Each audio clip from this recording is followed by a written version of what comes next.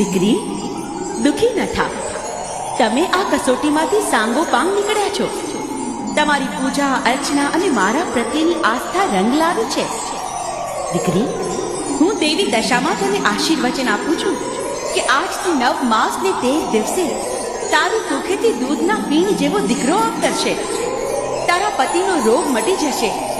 તારી સાસુએ તમારા પર અસહ્ય જુલમ કર્યા છે. હું દોષી સ્વરૂપે તારે ઘેર આવી ત્યારે મને એણે હળધૂત કરી. એને એના અત્યાચારોની સજા મળી ગઈ છે. શું ડોશી બની મારા ઘરે પધાર્યા હતા એ સાક્ષાત તમે હતા? ધન્ય બની ગઈ માં, તમારી આ ભક્ત ધન્ય બની ગઈ. રાજેશના બાપુ, રાજેશના બાપુ, હું બરબાદ થઈ ગઈ, મરી ગઈ રે, મરી ગઈ. હે મૂર્ખ સ્ત્રી, તને તારા અત્યાચારોની સજા મળી છે. રૂપિયાના ઘમંડે તું તારા પોતિકાઓની વેરણ બની હતી. તારું ઘમંડ ભાંગવા જ મેં આ લીલા ઊભી કરી છે. હે દશામાં, હું દોષી છું.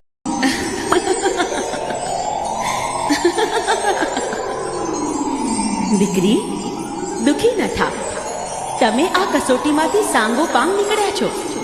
તમારી પૂજા અર્ચના અને મારા પ્રત્યેની આસ્થા રંગ લાવી છે. દીકરી, હું દેવી દશામાં તને આશીર્વચન આપું છું કે આજથી 9 માસ ને 13 દિવસે તારી કુખેથી દૂધના પીણ જેવો દીકરો આવતરશે. તારા પતિનો રોગ મટી જશે. તારી સાસુએ તમારા પર અસહ્ય જુલમ કર્યા છે. હું દોષી સ્વરૂપે તારે ઘેર આવી ત્યારે મને એણે હળધૂત કરી.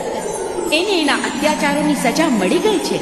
શું ડોશી બની મારા ઘરે પધાર્યા હતા એ સાક્ષાત તમે હતા?